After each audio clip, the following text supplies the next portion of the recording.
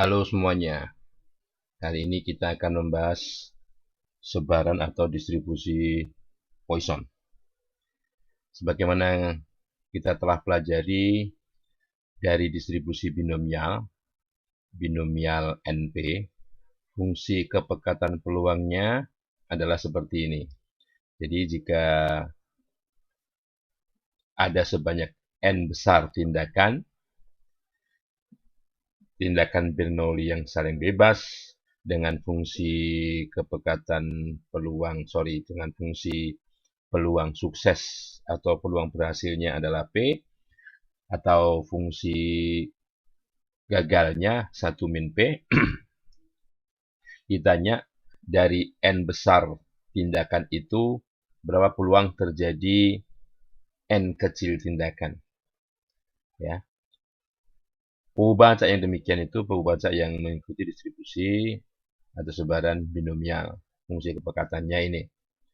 Namun demikian, bagaimana halnya apabila N besar ini menuju tak hingga atau menuju besar? Ya. Nah, kita lihat apabila dengan catatan bahwa N besar yang menuju besar itu ya dikalikan dengan P, ya, maka kita bisa anggap bahwa NP itu besarnya sama dengan nu, ya, nu kira-kira sama dengan, makanya di sini ada garis 3 di sini, ya. Nah, oke. Okay. Nah, kemudian kita ganti dulu P, ya. P ini bisa disamakan dengan nu per N, ya. Maka fungsi kepekatan peluang binomial ini untuk N menuju tak hingga, ya, kita akan sedikit modifikasi di sini, nu pangkat N dibagi N besar pangkat N kecil kali 1 kurang nu per N pangkat N, kemudian ini dipisah dulu, ini tracknya dipisah dulu. Kemudian kombinasi N kecil dari N besarnya diuraikan sedemikian rupa sehingga kita dapatkan bahwa yang paling belakang ini untuk N menuju tak hingga ini menuju 1, ini 1 dikurang nu per N pangkat N, nu dibagi N besar, kemudian dipangkatkan N ini untuk N menuju tak hingga menuju E pangkat minus nu, ini tetap nu per N kecil per N faktorial karena ini nggak ada N besarnya, dan yang paling depan ini, suku paling depan ini untuk N menuju tak hingga menuju 1 karena ini ada N kecil term yang masing-masing harus dibagi N, ya. Ini N pangkat N, jadi kalau N sama dengan N, jadi perkalian N sebanyak N kecil kali. Sehingga limitnya menuju nu pangkat N, E pangkat minus nu dibagi N faktorial. Yang tidak lain, ini adalah fungsi kepekatan peluang dari Poisson dengan parameter nu. Ya. Baiklah. Kita pergi ke sini bahwa bagaimana kita menghitung peluang dengan bantuan Microsoft Excel. Nah, jadi Microsoft Excel itu lumayan powerful untuk beberapa statistik yang sifatnya general, baik distribusi atau sebaran diskrit maupun sebaran kontinu. Ini kita bahas yang sebaran diskrit, yaitu sebaran Poisson. Nah, sintaksnya seperti ini. Poisson titik dis kalau kita mau menghitung peluang, ya, dis itu kalau kita menghitung peluang. Nah, argumennya ada X, yaitu nilai berapa peristiwa itu terjadi, berapa banyak peristiwa itu terjadi. Ya. Min adalah parameter dari Poisson sendiri.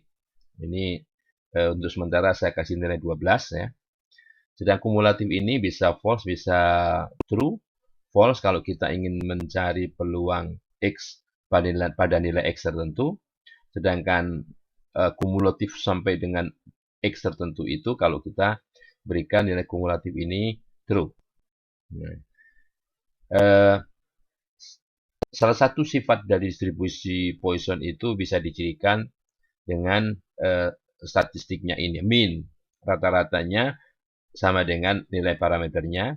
Demikian juga varian populasinya, ini rata-rata populasi dan varian populasinya sama dengan nilai parameternya. Nah, jadi bisa dijadikan salah satu pertanda bahwa apabila kita memiliki data yang mana nilai rata-ratanya hampir sama dengan variannya, jadi patut diduga bahwa data itu bisa jadi memiliki distribusi Poisson. Nah, kemudian kalau mau lebih jauh lagi, ini ada koefisien kemiringan atau skewness yang nilainya sama dengan 1 dibagi akar parameternya, sedangkan kurtosisnya itu kelancipannya 1 dibagi parameternya, 1/12. Nah, oke. Di sini, dalam sheet ini, saya berikan ilustrasi bagaimana kalau kita menghitung peluang dari distribusi Poisson dengan parameter 12. Kita tulis dulu di sini nilai-nilai X yang mungkin. Nah, kita tahu bahwa Poisson ini distribusi diskrit yang mengambil nilai X-nya adalah bilangan cacah. Jadi mulai dari 0, 1, 2, dan seterusnya sampai 3. Oleh karenanya kita tuliskan bisa daftarkan langsung mulai di sini dari 0, 1, 2. Ingat ya, X-nya bilangan cacah. Sedang di sini adalah peluang X sama dengan X yang kita gunakan ini Poisson titik dis, kemudian di sini nilainya berapa, X-nya, kemudian parameternya false.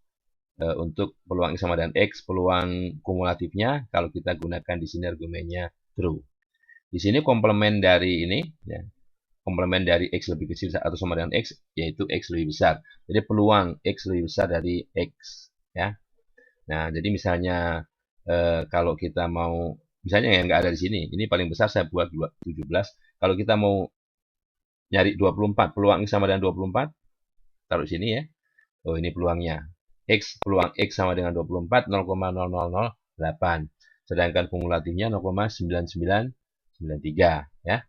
Peluang lebih besar dari 24, 0,0007. Jadi komplement dari ini. Kalau ini dijumlahkan 1. Atau ini merupakan 1 dikurang. Ya. Oke, adapun grafiknya ini ya. Sekali lagi yang biru ini adalah fungsi kepekatan peluang.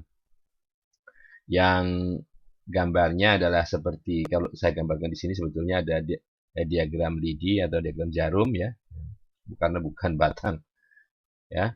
Ini fungsi kepekatan peluang, sedang fungsi superakumulatifnya yang titik-titik coklat ini sebetulnya adalah ini fungsi tangga. Untuk lebih jelasnya, kita gunakan PGRS dulu.